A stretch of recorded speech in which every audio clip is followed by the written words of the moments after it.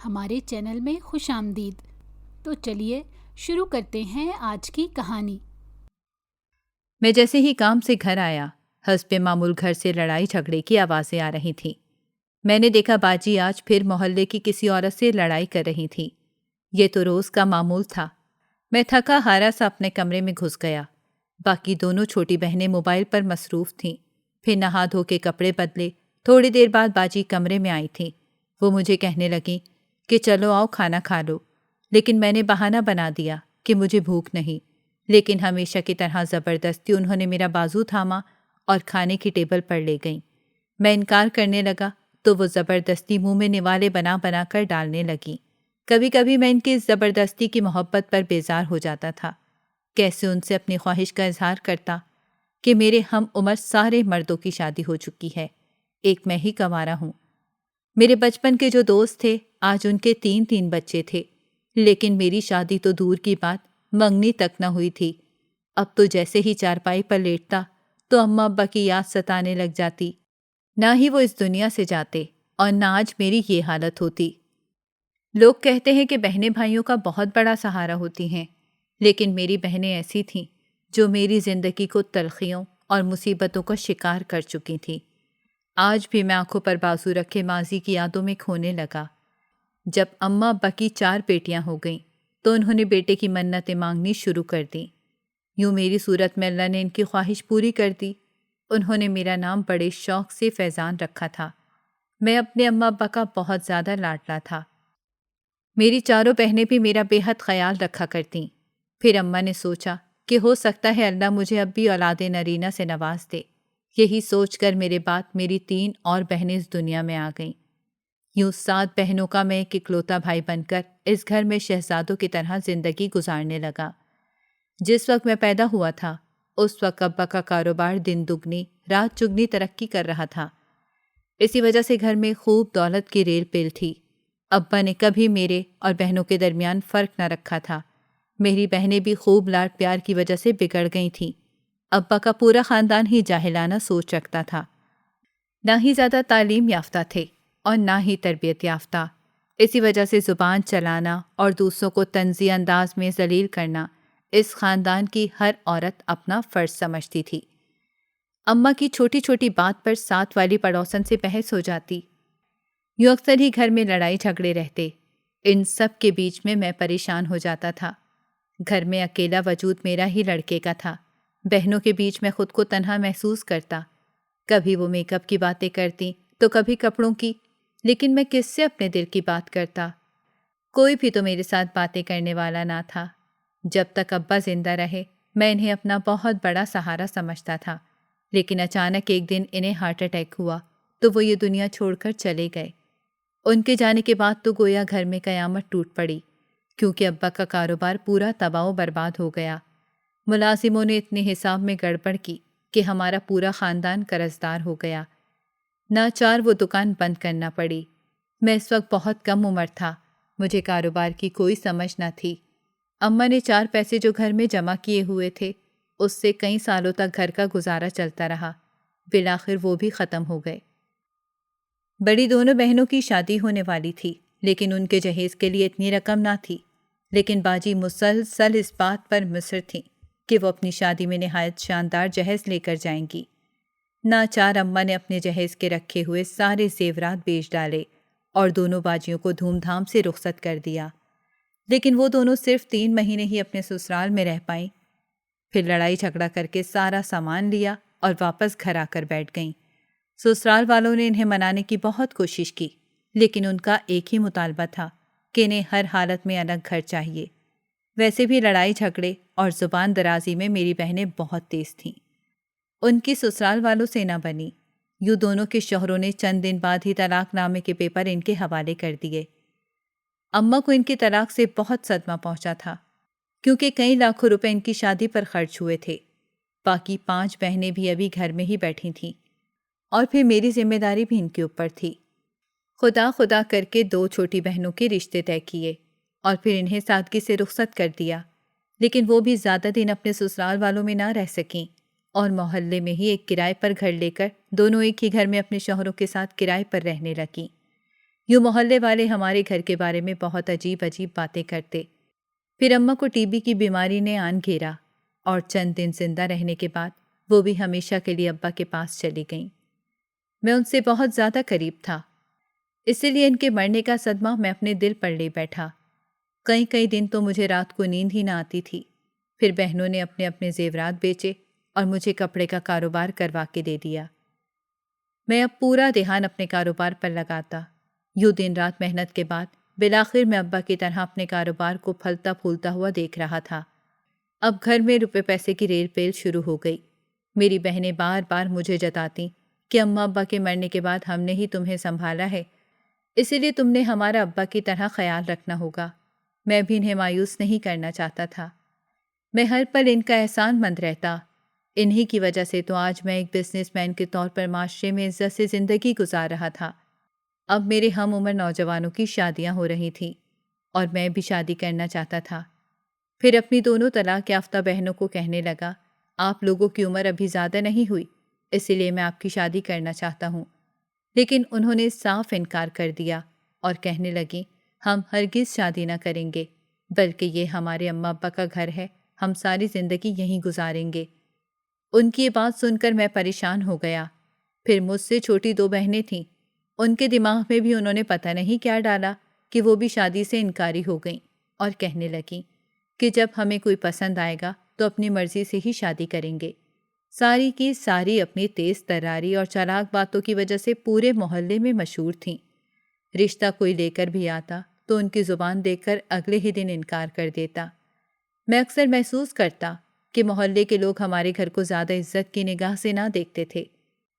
اب میں اپنے دل کی خواہش کا اظہار کس کی زبان سے کرتا، کیونکہ مجھے اپنے منہ سے کہتے ہوئے شرم آتی تھی کہ میں اب شادی کرنا چاہتا ہوں۔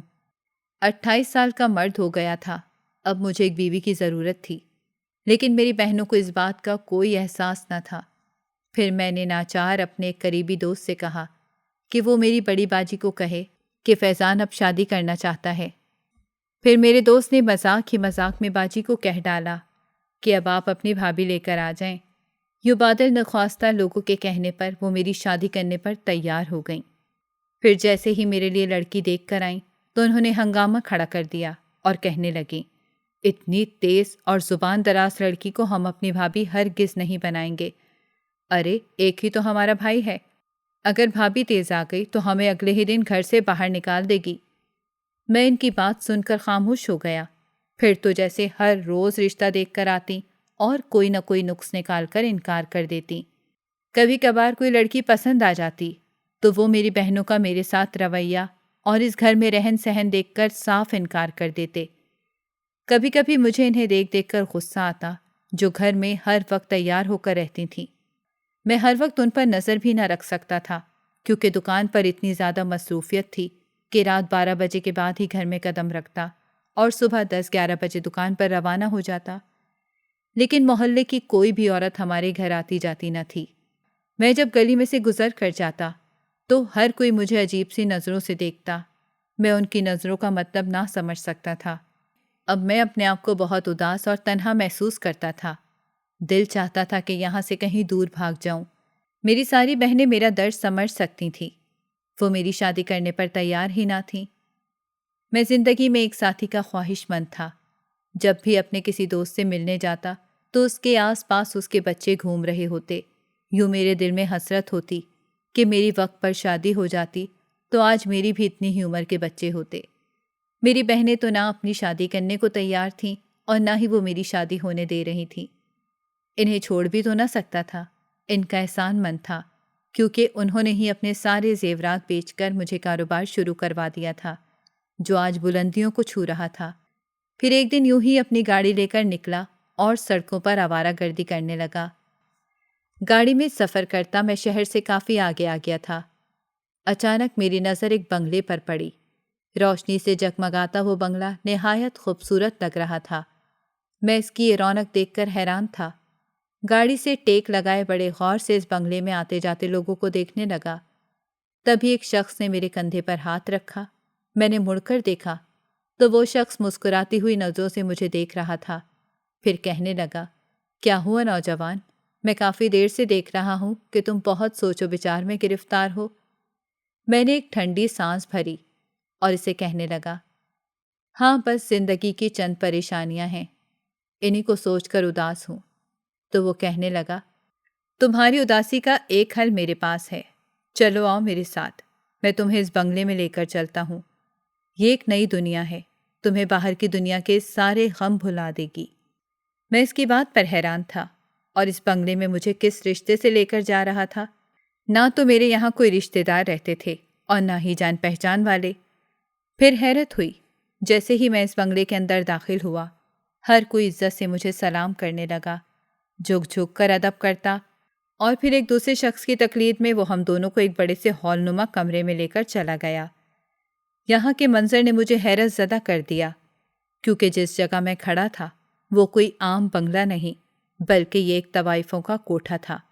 یہاں پر رقص کرتی ہوئی دو خوبصورت حسین لڑکیاں ہر کسی مرد کا دل لبھا رہی تھیں۔ میں بھی ان مردوں کے ساتھ جا کر بیٹھ گیا۔ دونوں ہی لڑکیاں بہت حسین تھیں۔ ان کے قریب ہی ایک موٹی سی عورت ساڑی میں ملبوس مسکرا مسکرا کر ان لڑکیوں کو دیکھ رہی تھی۔ پھر مجھے یہاں لانے والا شخص کہنے لگا، یہ نیلو بیگم ہے، یہ اس کا کوٹھا ہے۔ یہاں پر تمہیں ایسی ایسی لڑکیاں ملیں گی جنہیں دیکھ کر دل میں انہیں چھونے کی خواہش پیدا ہوگی۔ واقعی یہاں کی خوشبو اور سکون والا ماحول مجھے ہوش و حواس سے بیگانہ کر دیا تھا۔ میں کتنے گھنٹے تک اس بنگلے پر پڑا رہا، مجھے خود بھی ہوش نہ رہا۔ پھر کافی دیر ہو گئی، تبھی میں چند نوٹ نیلو بیگم کے ہاتھ میں تھما کر اس بنگلے سے باہر آیا تھا۔ آج میں ایک سکون و اطمینان سا محسوس کر رہا تھا۔ ہر روز 10 بجے گھر پہنچا کرتا تھا، لیکن آج رات کے 3 بج چکے تھے۔ پھر گھر گیا تو باجی غصہ کرنے لگی اور بولی، کہاں آوارہ گردی کرتے پھر رہے تھے؟ دیکھو تو صحیح وقت کیا ہوا ہے۔ لیکن میں نے انہیں کوئی جواب نہ دیا، بلکہ چپ چاپ اپنے کمرے میں چلا گیا۔ آخرکار مجھے اپنے سکون کی جگہ نظر آ گئی تھی۔ اس دنیا میں کسی کو میرا احساس نہ تھا۔ جو اپنے تھے وہ بھی بیگانوں کی طرح میرے ساتھ رویہ اختیار کرتے تھے، میری ضرورتوں کو نہ سمجھ سکتے تھے۔ اسی لیے اب میں ہر روز نیلو بیگم کے کوٹھے پر جانے لگا۔ وہاں حسین لڑکیاں دیکھ کر اپنے آپ کو بہلا لیتا، پھر کئی نوٹوں کی گڈیاں نیلو بیگم کے حوالے کر کے محفل سے اٹھ کر چپ چاپ اپنے گھر آ جاتا۔ اب میں نے یہ روز کا معمول بنا لیا تھا۔ پھر ایک دن اس محفل میں گیا تو رقص کرنے والی لڑکی کو دیکھ کر حیران رہ گیا۔ وہ کہیں سے بھی طوائف نہ لگ رہی تھی، کچھ سہمی کچھ ڈری ہوئی، وہ عجیب انداز میں رقص کر رہی تھی، جیسے کوئی زبردستی سے یہ سب کروا رہا ہو۔ وہ اتنی حسین تھی کہ میری نظریں اس سے ہٹنے کا نام نہ لے رہی تھی۔ ایسے لگ رہا تھا جیسے میں اس سے محبت کر بیٹھا ہوں۔ میں پاگلوں کی طرح اس لڑکی پر نوٹ نچھاور کرنے لگا۔ اچانک ہی میری نظر اس کے ہاتھ پر پڑی۔ اس کی کلائی پر پٹی بندھی ہوئی تھی۔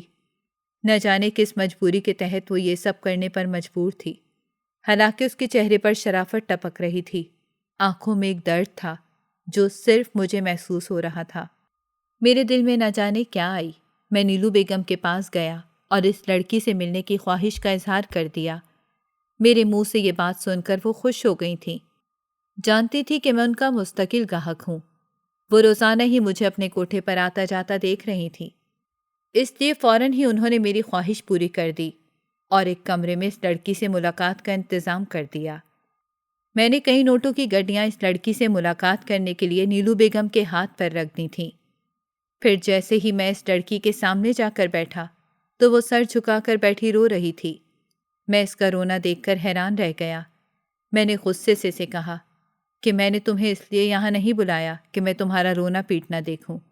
تو اس نے میرے آگے ہاتھ جوڑ دیے اور کہنے لگی، مجھے معاف کر دیں، خدا کے لیے نیلو بیگم کو یہ بات نہ کہہ دیجیے گا، ورنہ وہ میرا مار مار کر برا حشر کر دیں گی۔ کل رات بھی انہوں نے مجھے بہت مارا ہے، یہ دیکھیں میرے ہاتھ پر ابھی تک چوٹوں کے نشان ہیں۔ اس نے اپنے زخمی ہاتھ آگے کیے تھے۔ میں اپنا دل تھام کر رہ گیا، کیونکہ اس کے ہاتھ پر نیر پڑے ہوئے تھے، ساتھ ہی زخم بھی موجود تھے۔ پھر میں اس سے کہنے لگا، کیا یہ سب تم مجبوری میں کر رہی ہو؟ اس نے اس بات میں سر ہلایا، پھر کہنے لگی، ہاں، میں ایک یتیم اور لاوارث لڑکی تھی، یہاں پر مجھے دھوکے سے لایا گیا۔ وہ بولتی ہوئی بہت معصوم اور غمزدہ لگ رہی تھی۔ اس کا بولنا بھی میرے دل پر بجلیاں گرا رہا تھا۔ کیونکہ میں اس سے محبت کرنے لگا تھا۔ پھر میں نے بڑے پیار سے اس کے سر پر ہاتھ رکھا اور کہنے لگا، تم مجھے بتاؤ کہ تمہارے ساتھ کیا ہوا تھا۔ میں وعدہ کرتا ہوں کہ تمہیں کبھی بھی اس بری جگہ پر رہنے نہیں دوں گا۔ اس نے آنسو بھری نظروں سے مجھے دیکھا، پھر کہنے لگی، میں اپنی ظالم چاچی کے ساتھ رہتی تھی۔ بچپن میں ہی امی ابو فوت ہو گئے تھے، تو شروع سے میرے چاچا نے مجھے پالا، لیکن چاچی کو میرا وجود گوارا نہ تھا۔ وہ مجھ پر طرح طرح کے الزامات لگاتی رہتی تھیں۔ جیسے ہی میں جوان ہوئی تو وہ اپنی بیٹیوں کے ساتھ میرا موازنہ کرنے لگیں۔ خدا نے مجھے حسن سے نواز رکھا تھا، جبکہ ان کی بیٹیاں ان کی طرح ہی بدصورت تھیں۔ وہ اس بات کا بدلہ مجھے اذیت پہنچا کر لیا کرتی تھیں۔ اگر میں کسی سے ہنس کر بات بھی کر لیتی تو وہ افسانہ بنا کر چاچا کے سامنے مجھ پر گھٹیا گھٹیا الزام لگا دیتی۔ میں چپ چاپ سر جھکا کر رہ جاتی۔ پورے گھر کا کام کرنے کے باوجود بھی وہ مجھ سے کسی طرح بھی خوش دکھائی نہ دیتی تھیں۔ بار بار مجھے اس بات پر مجبور کرتی کہ میں یہ گھر چھوڑ کر چلی جاؤں۔ پھر ایک دن گاؤں سے ان کا کنوارا کزن شہر میں نوکری کرنے آ گیا۔ وہ ایک غلیظ انسان تھا۔ اس کی بری نظریں میرے وجود کو چھلنی چھلنی کرتی رہتی تھیں۔ میں اس سے بے پناہ تنگ تھی۔ میری چاچی اس کے بارے میں سب جانتی تھیں، لیکن پھر بھی وہ ان سب چیزوں کو نظر انداز کرتی رہتیں۔ شاید انہوں نے ہی سے میرے پیچھے لگایا تھا۔ اکثر چاچا کی غیر موجودگی میں وہ مجھے نازیبا الفاظ کہتا رہتا، اور ایک دن تو حد ہو گئی جب اس نے مجھ سے شادی کی خواہش کا اظہار کر دیا۔ میں اس کی بیٹی کی عمر کی تھی، لیکن جب میں نے اس کے منہ پر تھپڑ دے مارا تو وہ اشتعال میں آ گیا، اور ایک دن آدھی رات کو وہ میرے کمرے میں گھس گیا۔ میری عزت لوٹنے کی کوشش کی تو میں نے اس کے سر پر اینٹ دے ماری اور پھر گھر سے فرار ہو گئی۔ میں نہیں جانتی تھی کہ وہ زندہ ہے یا مر گیا۔ پھر وہاں سے بھاگتی بھاگتی عزت بچاتی بڑی مشکل سے ایک دوسرے شہر پہنچ گئی۔ وہاں بھی درندہ نما لوگ تھے جنہوں نے کئی بار میرے پیچھے لگ کر میری عزت کو لوٹنا چاہا، لیکن خدا نے ہی اس بار بھی میری حفاظت کی۔ میں سڑک پر ماری ماری پھر رہی تھی جب نیلو بیگم نے مجھے دیکھ لیا۔ وہ اپنی کار وہاں سے لے کر جا رہی تھی۔ پھر انہوں نے مجھے گاڑی میں بٹھایا اور کہنے لگیں، میرے پاس بہت سی لاوارث لڑکیاں رہتی ہیں، تم بھی پناہ لے سکتی ہو۔ میں خوش ہو گئی کہ خدا نے مجھے رہنے کا بندوبست کر دیا، لیکن یہاں آ کر دیکھا تو آسمان سر پر پھٹ پڑا۔ یہ تو ایک کوٹھا تھا۔ یہاں پر میرے جیسی لاوارث اور تنہا لڑکیاں نیلو بیگم کو فائدہ پہنچا رہی تھیں۔ انہوں نے انہیں بھی ٹریننگ کے بعد ہی لوگوں کے سامنے پیش کیا تھا۔ اب مجھے بھی 1 مہینے کے بعد اس محفل میں رقص کرنے کے لیے بھیجا، لیکن نہ جانے کیوں میرا دل نہیں مانتا تھا۔ میں یہ کام کرنا ہی نہیں چاہتی تھی۔ فرار ہوتی تو وہ مجھے جان سے مار ڈالتی، اسی لیے جب بھی مجھے وہ غلط کام کرنے کے لیے مجبور کرتی تو میں رونے لگ جاتی ہوں۔ کل رات اسی بات پر انہوں نے مجھے بے دردی سے مارا۔ وہ مجھے کہتی ہیں کہ تم اس کوٹھے میں رہنے والی ساری لڑکیوں سے زیادہ حسین ہو، اسی لیے مجھے دولت بھی بہت کما کر دو گی۔ اب آپ ہی بتائیں کہ میں کیا کروں؟ میں جانتی ہوں اس کوٹھے پر آنے والے سارے ہی درندہ نما انسان ہوتے ہیں جو کسی یتیم لڑکی کے سر پر ہاتھ رکھنے کے بجائے اس کی عزت سے کھیلنا پسند کرتے ہیں۔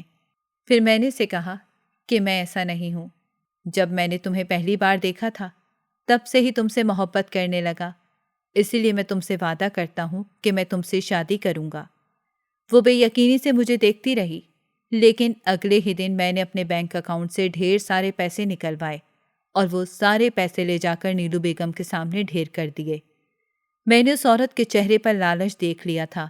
پیسوں کی خاطر وہ کچھ بھی کرنے پر تیار ہو جایا کرتی تھی۔ پھر وہ لڑکی جس کا نام شیزا تھا، اس کی شادی میرے ساتھ کرنے پر تیار ہو گئی۔ یوں اس نے شیزا کو میرے حوالے کر دیا۔ پھر 4 لوگوں کی موجودگی میں سادگی سے میں نے اس سے نکاح کر لیا۔ میں نے دیکھا شیزا کے چہرے پر نور تھا، شاید فرشتے اس کی حفاظت کر رہے تھے، کیونکہ وہ کوئی غلط لڑکی نہ تھی۔ مجبوریوں نے اسے اس کوٹھے تک پہنچایا تھا۔ میں اسے پا کر ہواؤں میں اڑ رہا تھا، لیکن مجھے اپنی بہنوں کا خوف بھی تھا، کہیں وہ اس لڑکی کو گھر سے باہر نہ نکال دیں۔ میں نے انہیں بنا بتائے ہی اس لڑکی سے نکاح کر لیا تھا۔ وہ لال جوڑے میں ملبوس کسی شہزادی کی طرح خوبصورت لگ رہی تھی۔ پھر میں اسے اپنے ساتھ گھر لے آیا۔ جیسے ہی سے لے کر اندر داخل ہوا، میری دونوں باجیوں نے صدمے کسی کیفیت میں سے دیکھا تھا۔ وہ اس کا لال جوڑا دیکھ کر سمجھ گئی تھی کہ ان کے اکلوتے بھائی نے اس لڑکی سے نکاح کر لیا ہے۔ پھر گھر میں ایک ہنگامہ شروع ہو گیا۔ وہ بڑی نفرت بھری نظروں سے اس لڑکی کو دیکھنے لگیں۔ شیزہ یہ ساری صورتحال دیکھ کر گھبرا گئی۔ اس نے میرا بازو تھام لیا تھا۔ میری باجیاں زور زور سے چیخ کر پورے محلے کو جمع کر چکی تھیں۔ پھر کہنے لگیں، نہ اس لڑکی کا کوئی اتا پتہ ہے، نہ کسی خاندان کے بارے میں ہے، تم ایسے کسی کو منہ اٹھا کر کیسے لا سکتے ہو؟ میری ساری بہنیں اسے دھکے دے کر گھر سے نکال دینا چاہتی تھیں، لیکن میں بھی ان کے سامنے ڈٹ گیا اور کہنے لگا کہ شیزہ سے میں نے شادی اپنی پسند اور اپنی مرضی سے کی ہے، اب یہ میری زندگی کی ساتھی ہے۔ میں نے بنا ان کی ناراضگی کی پرواہ کیے شیزہ کا ہاتھ تھاما اور اسے لے کر اپنے کمرے میں آ گیا۔ وہ کمرے میں آ کر بری طرح رونے لگی، لیکن میں نے بڑی مشکل سے اسے چپ کروایا اور کہنے لگا، 2-3 دن کی بات ہے، پھر یہ سب تمہیں قبول کر لیں گی۔ اب مجھے میری زندگی کی ساتھی مل گئی تھی، اور ساتھ یہ بھی جو میری من چاہی تھی۔ یوں میری زندگی میں خوشیاں ہی خوشیاں لوٹ آئیں۔ کسی طرح بھی کر کے میں نے اپنی بہنوں کو منا لیا تھا، لیکن ایک دن ناشتے کی ٹیبل پر جب سارے ناشتہ کرنے میں مصروف تھے، بڑی باجی کہنے لگیں، اس لڑکی کی حقیقت میں جان گئی ہوں، یہ ایک طوائفوں کے کوٹھے سے آئی ہے۔ میرے سر پر زمین و آسمان گھوم گیا۔ شادی شدہ بہنوں کے دونوں شوہر بھی ٹیبل پر موجود تھے۔ ان کے سامنے ہی باجی نے شیزہ کو پوری طرح ذلیل کر دیا تھا، اس کی اصلیت بتا کر گویا اسے زندہ درگور کر دیا ہو۔ وہ نظر جھکا کر یوں بیٹھی تھی جیسے اس میں جان ہی نہ ہو، لیکن میں نے باجی کی بات کو لاپرواہی کے زمرے میں ڈال دیا اور کہنے لگا، تو کیا ہوا؟ طوائفوں کے کوٹھوں سے یہ ضرور آئی ہے، لیکن یہ طوائف نہیں ہے۔ وہاں کی مالکن نیلو بیگم نے زبردستی سے کوٹھے پر رکھا ہوا تھا، جب ہی تو میں نے اس سے نکاح کیا ہے۔ میں نے بہنوں کی باتوں کو جھٹلانا چاہا، لیکن وہ بہت تحقیرآمیز نظروں سے شیزہ کو دیکھ رہی تھیں۔ پھر ایک دن میں دکان سے گھر آیا تو میں نے ایک غیر مرد کو اس گھر سے باہر نکلتے ہوئے دیکھا۔ مجھے اس آدمی پر بہت غصہ آیا تھا۔ یہ کون ہے میں نہیں جانتا تھا۔ جیسے ہی اندر گیا، بالوں میں گجرا لگائے، ہاتھوں میں بھری بھری چوڑیاں پہنے، شیزہ ڈرائنگ روم میں بیٹھی تھی۔ آج تک میں نے اسے اتنا تیار نہ دیکھا تھا۔ جیسے ہی میں اندر گیا، اس نے مجھے دیکھ کر خوشی کا اظہار کیا، پھر میرا ہاتھ تھام کر کمرے میں لے گئی۔ پھر میں اسے غور سے دیکھتے ہوئے کہنے لگا کہ اس گھر میں کون آیا تھا؟ تو وہ لاپرواہی سے کہنے لگی، پتہ نہیں، میں نے تو نہیں دیکھا اسے، کون تھا؟ میں تو ابھی ابھی باہر جا کر بیٹھی تھی۔ میں اٹھ کر باہر آیا تو تینوں چاروں بہنیں اپنے کمرے میں لیٹی ہوئی تھیں، کوئی بھی باہر نہ نکلا تھا۔ وہ ابھی تک مجھ سے شیزہ والی بات پر ناراض تھیں، اسی لیے زیادہ بات ہی نہ کرتی۔ پھر تو جیسے روزانہ ہی یہ ہونے لگا، کبھی کوئی اجنبی مرد گھر سے باہر نکلتا ہوا دکھائی دیتا تو کبھی کوئی۔ میں حیران تھا کہ گھر میں کیا ہو رہا ہے۔ اب بھی زیادہ کاروبار کی وجہ سے مصروف ہو گیا تھا، کیونکہ نیلو بیگم کو میں نے اپنے کاروبار سے اچھی خاصی رقم نکال کر دی تھی۔ اب میں پھر سے وہ سارے پیسے دوبارہ جمع کرنا چاہتا تھا۔ پھر ایک دن گھر گیا تو باجی سامنے ہی بیٹھی تھیں، میرے پاس غصے سے اٹھ کر آئیں اور چپکے سے کہنے لگیں، تمہاری بیوی کو عزت راس نہیں آئی، اس نے پھر طوائفوں والے کام اس گھر میں شروع کر دیے ہیں، یاد رکھنا وہ تمہیں ذلیل و خوار کر کے ہی دم لے گی۔ انہوں نے تو گویا مجھے زمین میں زندہ درگور کر دیا تھا۔ میں حیرت سے آنکھیں پھاڑ پھاڑ کر انہیں دیکھنے لگا تو وہ بولیں، میں سچ کہہ رہی ہوں، ہم دوپہر میں اپنے کمروں میں آرام کر رہے ہوتے ہیں تو یہ نہ جانے کمرے میں کسے بلا لیتی ہے، لیکن جب ہم باہر آتے ہیں تو وہ آدمی گیٹ سے باہر جاتا ہوا نظر آتا ہے۔ 1-2 بار میں نے تمہاری بیوی سے پوچھنے کی کوشش کی تو اس نے لاپرواہی سے یہ بات ٹال دی، کہنے لگی میرے جاننے والے ہیں، حالانکہ تم تو کہہ رہے تھے کہ اس کے آگے پیچھے کوئی نہیں، یہ یتیم اور لاوارث تھی۔ میں دل میں سوچنے لگا، ایسا نہیں ہو سکتا، شیزہ ایک بہت معصوم اور کم ہمت لڑکی ہے، وہ مجھ سے بہت پیار کرتی ہے، میری غیر موجودگی میں اتنا بڑا کام نہیں کر سکتی۔ ساتھ ہی مجھے یہ بھی خیال آ رہا تھا کہ کہیں باجی اس پر الزامات تو نہیں لگا رہی۔ اب میں چپکے چپکے اس پر نظر رکھنے لگا، دیکھنا چاہتا تھا کہ باجی کی بات سچ ہے یا جھوٹ۔ میں نے دیکھا وہ پہلے سے زیادہ تیار ہو کر رہنے لگی تھی، حالانکہ پہلے تو ایک سادے سے جوڑے میں ملبوس رہتی تھی، لیکن اس کا یہ تیار ہونا مجھے زہر لگنے لگا تھا۔ روزانہ ہاتھوں میں گجرے پہنے، بالوں میں گلاب لگائے، وہ ایک طوائف سے کم نظر نہ آتی تھی۔ اوپر سے تیز گہرا میک اپ، وہ مجھے مسکرا مسکرا کر دیکھتی، وہ ایک طوائف ہی لگتی تھی۔ میں دل ہی دل میں اس سے بیزار رہنے لگا۔